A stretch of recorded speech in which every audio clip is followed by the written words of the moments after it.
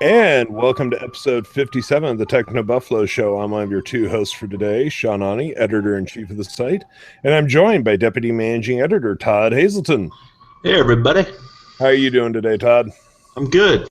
Today is the first not-so-crazy day this week. I didn't get a chance to ask you this pre-show. What time did you fall asleep last night? Like right away. Normally I go to bed at like 10. Like I'll go up to my bed at like 10, then I'll read for like a half hour or so. I was laying in my bed by like 9:10. Yeah, after work I went and laid down for a bit. Yeah, it was a long 2 days. Yeah, because it started out on Monday with OnePlus 2. We were fortunate enough to have two people John was up there with Brandon up in San Francisco for a briefing. And then so we were preparing a bunch of stuff here, and then they didn't announce the phone until 10 o'clock Eastern, 9 o'clock your time. Yeah. Actually, that's when the press conference started. It took a while. They didn't even really go into the phone for a bit, and at the end of the press conference, sort of just ended. There was no news on the price there, so you had to. I mean, we had the price, but. Let's talk about that for a moment. So, the OnePlus press conference was this virtual reality thing. Mm-hmm.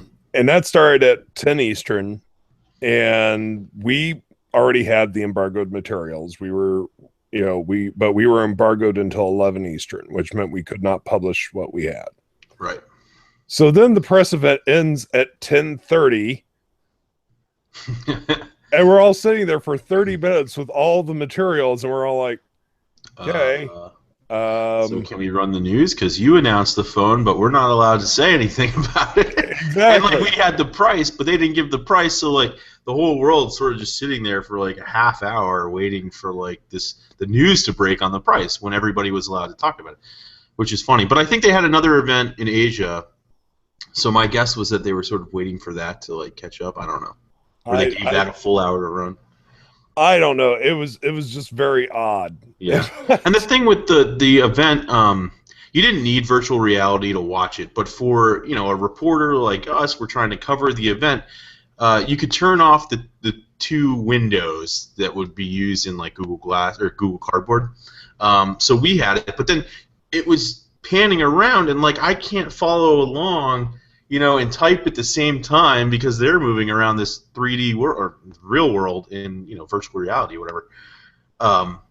It was very hard to like cover his report, and then I accidentally stopped it, and if I wanted to restart it, it went all the way back to the beginning. So then I was following along with our live blog. Yeah, it was a very odd way to do things, but and the message I want to send to press, to companies like this is we don't need 15 minutes of you telling us about all the rigors of going through designing and the steps you took. Yeah.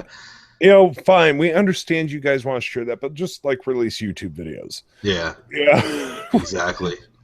But so to be clear, before we jump into all of this. The only people that have touched the OnePlus 2 from TechnoBuffalo are Brandon and John, right, who are not on the show. The only people to touch the Moto X Pure Edition and the Moto G from TechnoBuffalo are yourself and Jacob. Mm-hmm. Although the Moto G will be in John's hands today. Today, right? Yep. But for reference, I have not touched either of the devices. So going into this, I will be I know what everyone else knows. I have not touched either of the phones. Right. So let's just go in the order of the events. Let's start with the OnePlus 2. Uh-huh. And we have a question from Sachin Bahal, which really just kind of fires off the whole thing here. Is the OnePlus 2 what you were expecting? Kind of. Because I think I was thinking like quad HD display, but I also knew that they couldn't probably do that for the price. You got to keep the price down enough. I mean, if they came out with like a $700 phone, fans would be like, "What the heck, man? Like this isn't why I'm a OnePlus fan." So they couldn't do that. So I think besides like that, there are other niceties like wireless charging would have been cool. NFC, I see, Sasha, and you have the question about that. I thought that was a kind of weird omission because I don't think it costs much to add, but I will get into it in a bit. But I have the Moto G in front of me, and it doesn't have NFC either.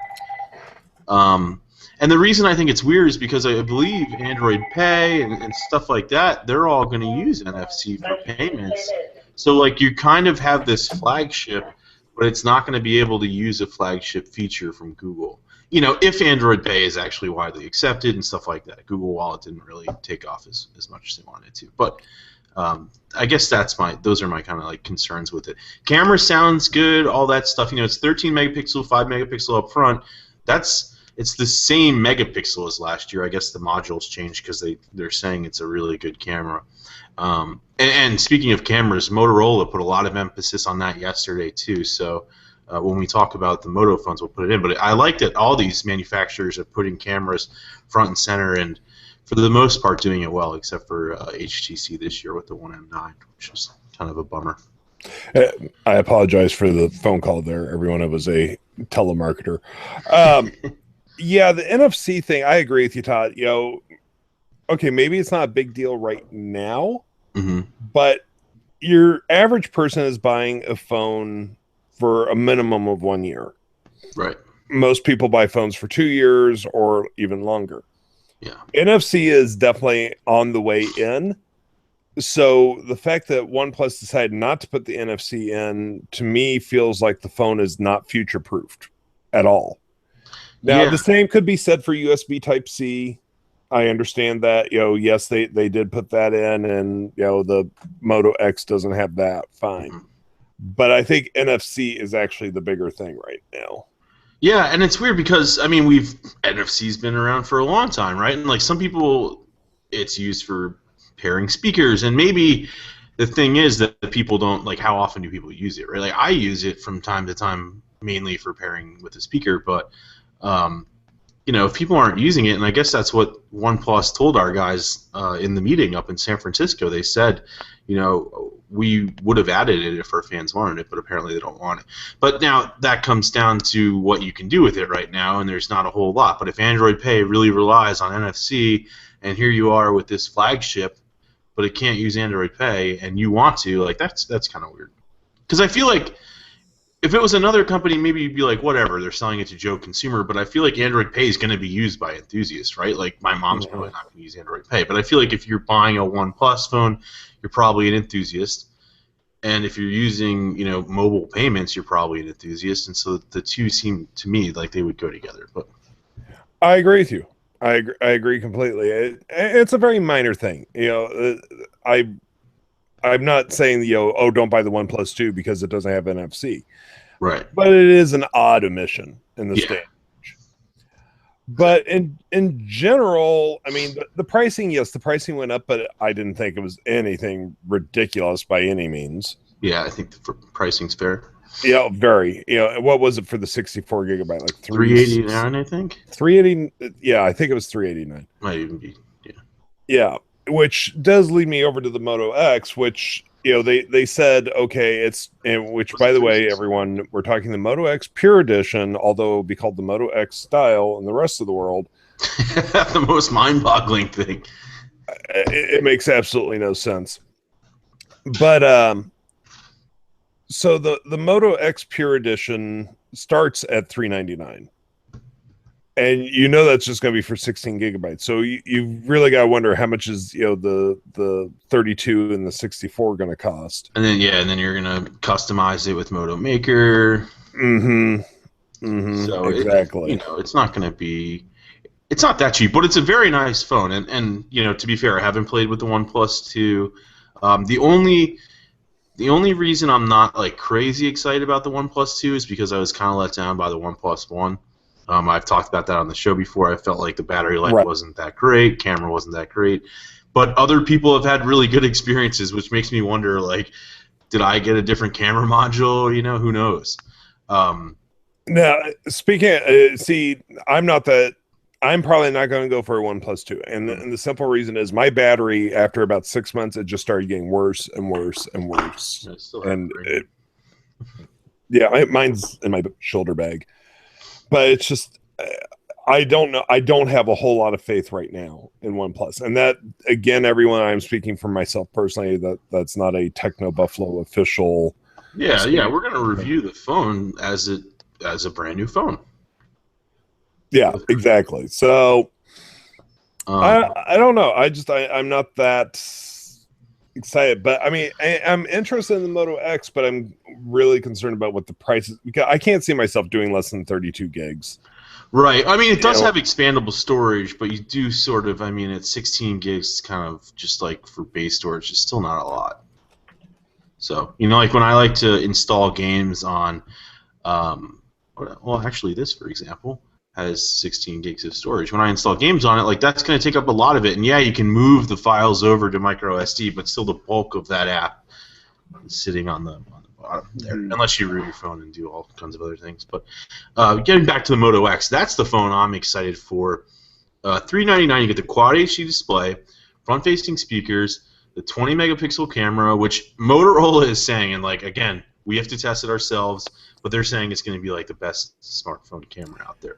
I do think the smartest thing they did was giving the phone to DP Review. Yeah. These are guys who they do nothing but shoot photography. Right. And, they do not have a final review of the camera module yet, but their initial tests are very promising. Mm-hmm. Their samples looked great. And again, these are professional photographers, but they're not messing with color tones and all that in editing, right? And they look good. Yeah, they did look good. We have them on the site. Yeah, so all those features are exciting to me. Expandable storage, like I said, the customization. So to me, $399 or whatever, even with the 16 gigs of storage, I would probably go Motorola One X Pure Edition. I hate adding the Pure Edition in there. That's why I call it the Style or whatever. Or just call it the Moto X 2015. I don't know. Now, they did not have any of the Play there, correct? Right, yeah. So at the event, they didn't have the Play because they said, all we have to share at this time is it's not planned for the United States. So they didn't have it there for us to play with, pun intended, I guess. 1080p screen, so it's a little different, I think, right? I'm getting them all mixed up. But I do have the Moto G here, and I've been using it since the event. So I have, you can see it's kind of like a ribbed plastic green with the orange. You get a 13 megapixel camera. Motorola says it's the exact same module that was used in the Nexus 6, which, it's not the best camera on the market, but for a device like this, that's pretty awesome. So under $200. 16 gigs of storage. You can expand it here. I'll pop off the back. It's dusty. And for those listening to the radio show, he is showing us the Moto. Sorry. Yeah, for everybody listening on the radio, I'm showing it to the camera now. And you can see I've got micro SD and the SIM card slot up top. It is a micro SIM card slot, so not nano. And it's a little wet because I actually ran it underwater earlier today because it's IPX7 resistant, so I wanted to test that out. It did pretty well. The only thing I have on my unit, and I'm trying to show it to the camera here, but it won't work, but where the back cover meets the body, it doesn't quite close all the way. And they say like you're supposed to move it around and snap it, which I'm doing right now, and it is all snapped into place. So maybe it's just my unit, but it's something, I don't know if that's going to let water in. It seems like it would, but maybe not. It seems like it would to me as well. But the thing is, if you look at the back, there's like the battery's not removable. Everything's under protection here, except for the micro SD and the nano SIM card slot. But here I'll show the camera. There are these rubber gaskets on the back that protect those individually. So I don't know that there's anything to get worried about really, as long as those are covered. Right. And then the nano coatings on the micro USB port and the 3.5 millimeter headphone jack and stuff take care of the rest. So anyway, I'm actually really liking the Moto G. Good. Yeah. Good. And what's its starting price? $189, I think. That's for a knock-around phone. If you're an international traveler and you're swapping SIMs a lot or whatever, you really can't beat that.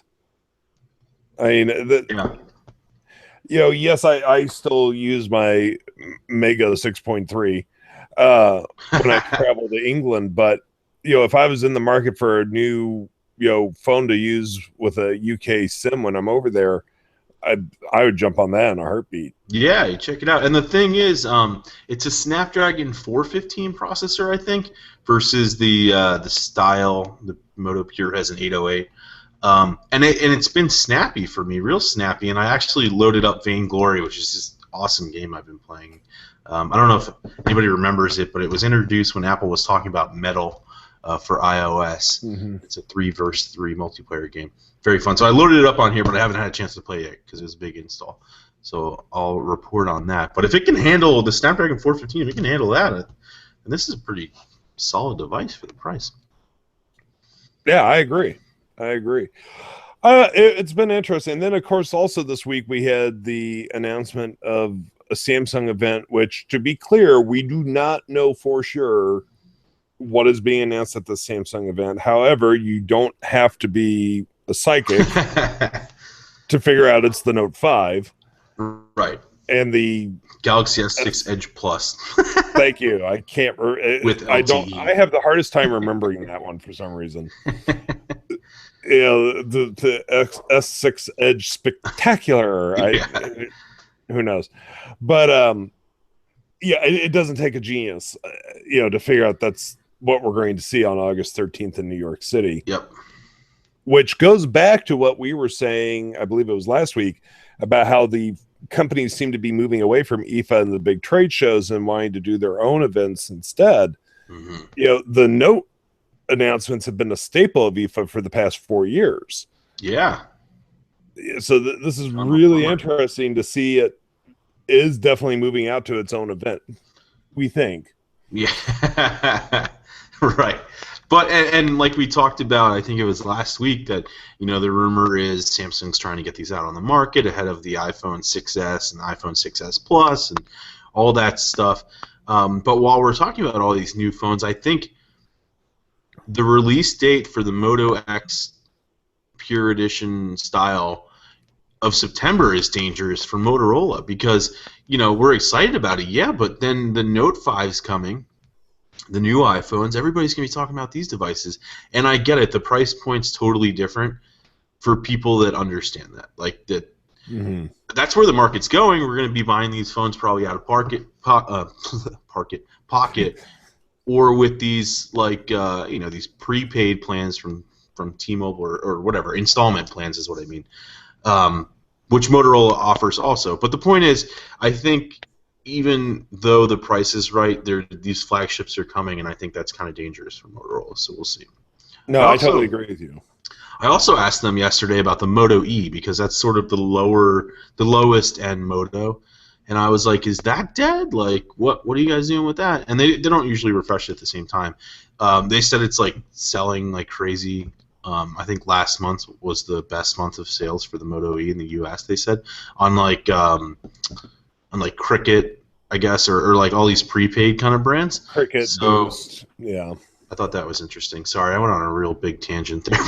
No, to the Moto E. I was curious actually why the Moto E wasn't mentioned, but it's interesting to know that it is still in play. Right.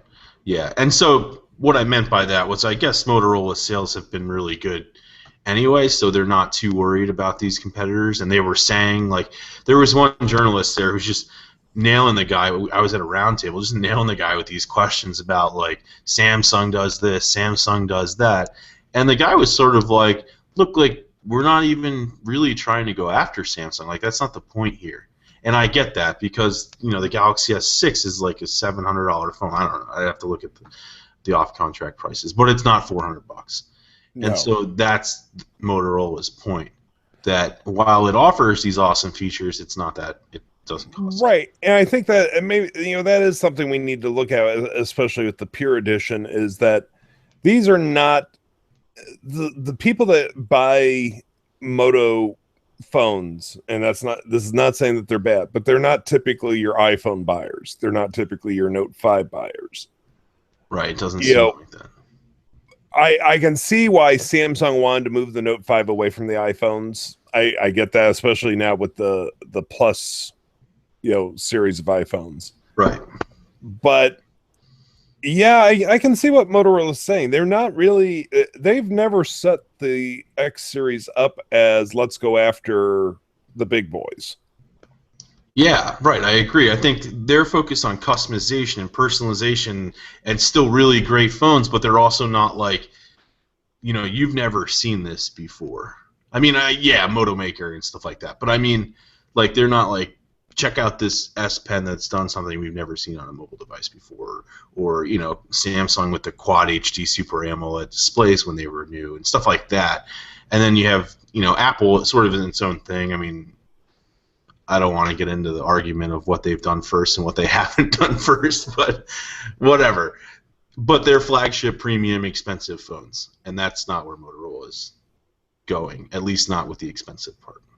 Right, exactly. So it's been an interesting week. It's going to be a couple interesting months as these phones roll out. Now, the Moto G is available now, correct? Yep. You can order it now online. You can customize it. You can buy the shells. You can buy all kinds of stuff. So the customization comes down to, and I'm showing the camera, just that metal area around the camera, and then the shell, like, you could pick your color, but it's not permanent, like I was showing earlier. You just pop it off, buy another one. I think they're $15 each. So gotcha. Mm-hmm. So it's going to be an interesting time we're going into. I never thought we would see where the holiday season became an important phone buying season, but it has. Yeah, sort of, especially depending on contracts too. As contracts are sort of going away, at least as these early upgrade programs come, where T-Mobile lets you upgrade like 3 times a year if you're on those, or if you're just buying off contract phones, then yeah, this right now is sort of a hot new season coming up. Well, we've got a couple questions coming in here about the phones in general, most of them from Sachin Bahal. Let's see here. Speaking from Sachin Bahal, could NFC and or wireless charging could be added in a swappable cover for the OnePlus 2? They actually addressed that, and no. Wireless charging should be possible if you buy one of those kits on Amazon where you plug it into the bottom and then you run it. Yes, I am sorry. Yes, you are correct. Wireless charging, but they said NFC could not be. Yeah, it seems like that would be chip-based. Oh, I want to comment on a story that I just saw the tweet go out, so I know the post is now live, about the Xperia C5 Ultra leak. Oh, yeah, that was the best leak ever. That, for those of you that have not seen the story, we just ran a story about a picture of the Xperia C5 Ultra was leaked. Mm-hmm. And since it's your department, Todd, would you like to share with everybody where the source of this leak came from? Yeah, so it came from Brazil. The police busted a guy during a raid, and I don't think they talked about what kind of raid it was. Sounds like an electronic raid. And they find this phone, and then they publish the pictures of the phone, and that's how it got leaked. It's like not your typical leak where like some guy publishes images. These are the police publishing, I guess. I don't know. At least that's how the story goes. Maybe someone somewhere just made it all up. I don't know. That just cracked me up so much that it was a police picture. Yeah, it's great. What if it was on, like... Never mind. What if it was in the middle of a crime scene? What do? We just don't report. Like, what if you just get the phone on a bag of drugs? From Salha Raja, and I know he asked this last week, so and we didn't have time to get to it last week, so I want to get to it this week. What are our current daily drivers? Mm-hmm. What are your... And folks, you got to remember something. We swap phones. Yeah, I use the iPhone 6 Plus as my deal. I gotta be honest though, I have iOS 9, the latest public beta on it, and it's running slow. I've been using Android more as like my go-to device, and so that was either the Galaxy S6 or right now I'm just using the Moto G because I'm testing it. But I really like the Moto G. I don't know. Well, I'm in an odd predicament right now with phones. So I have my iPhone 6 Plus, which is in an OtterBox case. That's why it looks so gigantic. Then I have my OnePlus, which right now is having battery issues. So I swapped the SIM card out. This is normally my daily driver for Android. So right now, my SIM card is currently in an LG G3. And I wanted to see if Verizon would work in my house because other carriers don't. Oddly enough, Verizon did work in my house. So I'm also currently using a Loner Droid Turbo. But if I was to say just two daily drivers, it's the iPhone and the OnePlus when the battery decides to work. I'd probably say mine are the S6 and the iPhone 6 Plus. And like I said, I'm sort of leaning towards Android these days. I don't know. I didn't see myself like making this huge switch because, like I said, like I'm vested in both systems. I have, the Apple Play Music subscription that I probably plan on keeping. I'm not sure why. My apps that I've paid for on iOS, and then on Android. Android's where I buy my movies, where I have my books, where I have Google Play Music, Spotify also. I don't know. It's just, and Gmail, my calendar, and everything. I mean, I know I can do it on the iPhone too, but for mail and calendar and stuff like that, it just seems to me to work better. And Hangouts, which is what we use for work, so it just works better on Android. Speaking of Android, let's jump back to the OnePlus 2 for a second. What are your feelings about the move to Oxygen OS? Yeah, well, it sounded like they had like a little fallout, or maybe a bigger fallout with CyanogenMod and using that. I haven't used Oxygen OS, honestly, and I know that I could install, I guess, the other version of it on mine. I don't know. I think it's fine. Just like keep going what they're going. I think that the main thing is that they've promised frequent and speedy updates, and it sounds like that's going to happen more without using CyanogenMod, where I guess they felt sort of tied down with CyanogenMod to get those updates. So now that they're using their own home-built stuff, they can just push it out quicker, which is the same message that Motorola is trying to say too. Like, we're just, it's Pure Edition, we're going to get everything out quick, and there's no carriers. So yeah, I don't know. My only concern about Oxygen OS is that it is yet another fork of Android, which seems to be happening constantly. Mm-hmm. And I'm worried about compatibility. And again, folks, I have not used Oxygen OS. I keep wanting to call it Color for some reason. Me too. Color OS. What was that? That's another one that out there. I keep wanting to call it Color, but no, it's Oxygen Oppo? OS. I don't know. I don't remember who uses it. I don't remember. But it concerns me about it being a fork, and there being possible incompatibility issues. So I'm not real excited about moving to yet another fork of Android, and that's part of the reason the Moto X Pure Edition, which is such an awkward name. I hate saying it. I know, is part of the reason the Moto X PE or why not just call it Pure? I don't know. That would have made more sense. But yeah, the Moto X Pure is more appealing to me simply because it's base Android with some Motorola enhancements, which are done via app. Mm-hmm. But that appeals to me more than going off and using Oxygen OS. Yeah, I think could just be me though. Oxygen seems cool though. It's very gesture based and stuff like they've done in the past, and they have the swipe keyboard preloaded, which is good or bad, whatever. Samsung has swipe keyboards too. So anyway.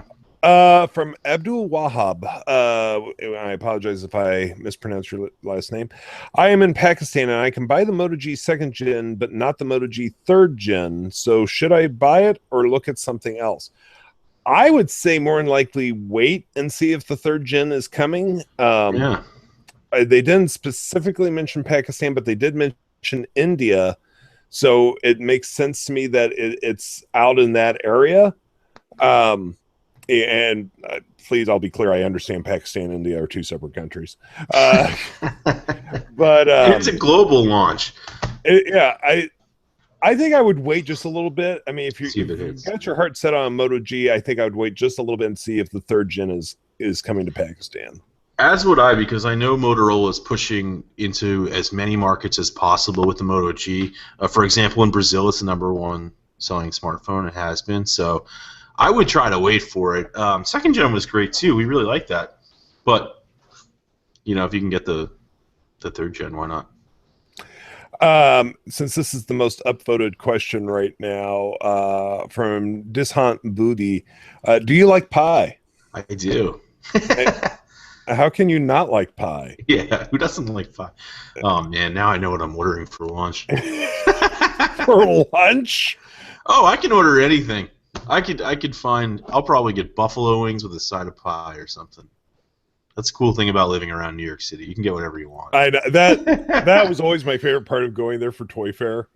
Was, all the menus that would get shoved under my hotel room door. I ordered so much food delivered. But now we have Seamless, and so I could like hundreds of restaurants. It's crazy. Yeah. So, yeah.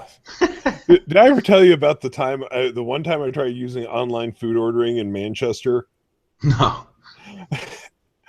I can't even remember the name of the site now, but it's not one we have over here. And it was a horrible storm that night, and I was just like, fine, I'll order something in. And so I ordered from an Italian place, and the site crashed. And I was like, oh, okay, well, I'll try again. So at that point, I changed my mind and decided to order Chinese. What I did not know was the Italian order had gone through. They both show up at the exact same moment in the lobby. And I'm like, look, I'm not going to, screw either one of you out. It was it was a problem with the site. I'll work it out with them. So I ended up buying 2 takeout orders that had been delivered for me. And awesome. I discovered a new style of food that night that I called Chitalian. Chitalian, there you go. And I ate just a little bit from both meals. That's awesome. You know what I've had? This is crazy. I've had the, online order something, and then like literally a half hour, 45 minutes later, same delivery guy comes back with the exact same items. And I didn't order it twice. And this happened to me, and I was like, what the heck? Like, I told the guy, I'm like, you were just here. You already delivered it. So he took it back because I didn't want to, like, charge the restaurant. They made this food, so I hope they didn't throw it out. Isn't that weird, though? It was like Groundhog Day or something. He just keeps coming back with the same meal over and over. It's like, literally, I just finished eating that. Why is it here again? From Sachin Bahal. Hey, Todd, have you updated your computers to Windows 10? So I'm working with Microsoft, and they sent me the Surface Pro 3 here. So it has, yes, Windows 10 on it, and I've been using it, and I plan to do some coverage, maybe some tips and tricks and stuff like that. I don't want to review it yet because I feel like it's an operating system. You got to play with this, and I also really want to review like Windows Hello, where they do the iris scanning and stuff like that. So we'll probably do a lot of that out in the office once those. Actually, there are a couple computers that already have Windows Hello support, so we'll probably want to do it there. But yeah, I'm playing with it here, and I also have it on my netbook. Well, I can still call it a netbook. It's the X205 that I bought for like $140 if you've been listening to the show like 6 months ago, and it doesn't run well on that. So think about upgrading before you put it on something that's an Atom-based machine. From Spencer Wynn, any news on OnePlus Lite? No, we have not heard anything on it. Yeah, and my guess is it doesn't exist. I don't know. Maybe it does, but at $329 for the low end, right? Isn't that what it starts at? I believe so. I don't remember. No. Or am I mixing up all these phones? I don't know. There's 4 phones in 2 days. From Salha Raja, why do you think Motorola didn't have a new Moto 360? I think they do have a new Moto 360. I think they just decided to announce it at another time. Yeah, I think so too. And, good, because otherwise there was going to be a bunch of stuff. I was wondering about the Droids yesterday too. The rumors of the new, Droid Max or Droid Mini coming. And but usually Verizon likes to hold that event, and then they'll say, "Oh, our friends from Motorola are here," and they're gonna, Yeah. So I bet that's coming soon. And then, I don't know about the 360, like when it would happen. If Motorola's gonna do its own thing, maybe it'll do something with Google. I don't know. Okay, I am going to butcher this name. I'm apologizing before I even attempt it. I can't even try. Last Mr. name Shah. So I apologize. I don't ever want to disrespect somebody's name. Believe me, as someone who has gone through the life with the last name Ani, and have heard every possible pronunciation. On. On, un, uni.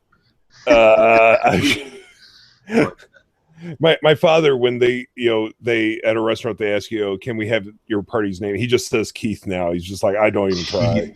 That's like my stepfather. He uses Anderson because his name is long and hard. Yeah. Anyway, the question is there any software image stabilization in the Moto X style? Or good question. I don't know. That's a good question. I don't think I saw it in the specs, but I'm sure there's image stabilization because I think most phones try to do what they can in post-processing, right? Well, actually, let me look. I'm afraid to touch my keyboard, folks, because a couple weeks ago, I accidentally hit my keyboard and stopped the recording. Yeah, let me run over there real quick because the specs for the camera were pretty detailed. Oh, there you go. So let me jump over there real quick. I think it has hardware OIS, doesn't it? I don't know. Well, let me jump down. You can't claim you're the best phone on the market without OIS with the camera. Well, if the specs would load, that would help immensely. There they are. Okay. So let's see here. Aperture, quick capture, tap anywhere to capture, ring flash. There's nothing about image stabilization in the specs. Wow. On the Motorola side. Wow, that's a big claim then without to say you're the best and you're going against S6, iPhone. Well, iPhone 6 has a great camera and no OIS, but the 6 Plus has it. And the specs they do list do cover some software items like slow motion video, burst mode, auto HDR, panorama, drag to focus and exposure. So, yeah, there is no image stabilization mentioned. Now, I will say this. This drives me nuts. So, I'm the one that's responsible for putting the product pages up on TechnoBuffalo. So, when we get the spec sheets, I go in and fill them out. Mm-hmm. Now, yesterday, the Moto G spec page did not list what technology was used for the screen. Okay, fine. The Moto X Pure Editions page did list the technology for the screen, but decided not to share with us what sensors were on the phone. Now, our rule is, you can assume it's going to have accelerometer, ambient light, proximity, but my feeling is I do not list those on a product page until I have 100% confirmation, because we have seen some that did not have ambient light. Yeah. But, folks, come on. Give us the specs. What I love is when we call the companies and we go, hey, can you tell me, what are the sensors on the such and such? Oh, I don't have that information. Yeah, because they don't have it either. It's like somewhere. It's like in engineering. Or my favorite answer, and I won't say what company this was. You were the one helping me with it. It was the day before an event, and they'd given us a spec sheet like a week prior. Mm-hmm. And up to the day before the event, they were going, oh, we don't know that yet. Oh, yeah. Malarkey. Malarkey. You've built the phone. You know what's in it. Yeah. That's funny. Oh, good grief. Anyway, from Shane Houston. Are you disappointed that the Moto X Style / Pure Edition does not have a fingerprint scanner? No, I don't care. Nah, I'm not. It's nice on like the Galaxy S6 and stuff, but all the time I end up typing my code anyway. The reason I really like it on Apple on the iPhone is for payments, like in the App Store and stuff like that. And so if I can't use it for that, then I'm like, meh. I mean, just for opening and closing my phone, I don't really care.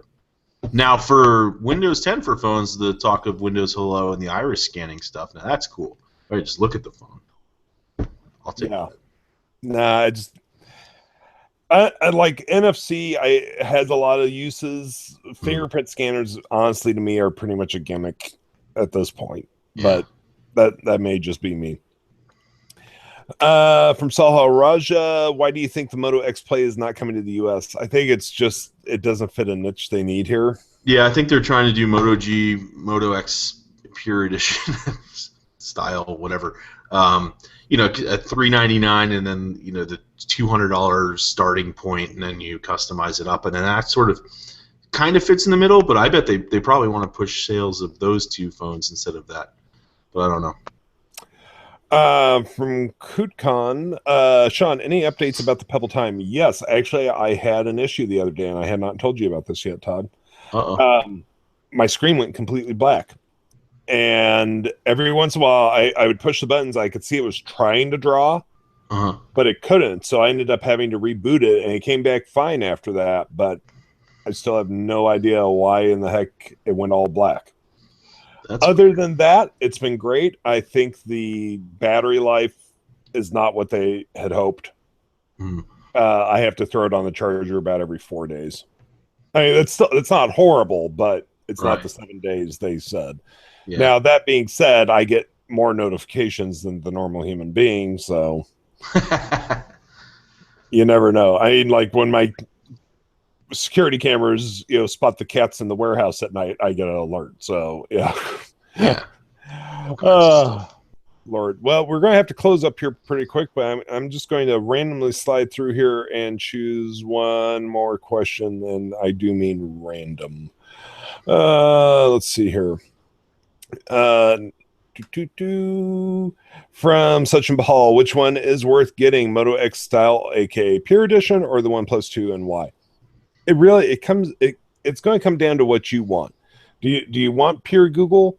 Then you want the Moto X Pure Edition. If you don't want pure Google, then the OnePlus 2 comes into it. Honestly, John asked me the same. John Rattinger, the owner of the company, asked me the same question yesterday. He goes, "Which would you choose?" And I had to sit there and think about it for a minute. There's a lot of pros and cons to both. Yeah, I agree. Personally, I would go, and I don't think I'm going to buy either one, but I would go Moto X. That's the way I ended up finally leaning when I was talking to John, was the Moto X. Yeah. I don't know. For some reason, I'm on this kick these days where I like the water-resistant devices. Maybe because it's summer and I can take it in the pool and stuff. Right. From Shaw again, because this is just an interesting question. Is the micro SD card slot on the Moto X style an optional extra through Moto Maker or standard on all versions? Standard on all versions. Anytime you have a feature like that, you're talking about a massive retooling. Yeah. And I won't go complete geek on all of you. There was a story a long time ago with the Motorola Zoom about why it had an extra port, and I wrote a big article about why the non-LTE version of the Zoom had this port still.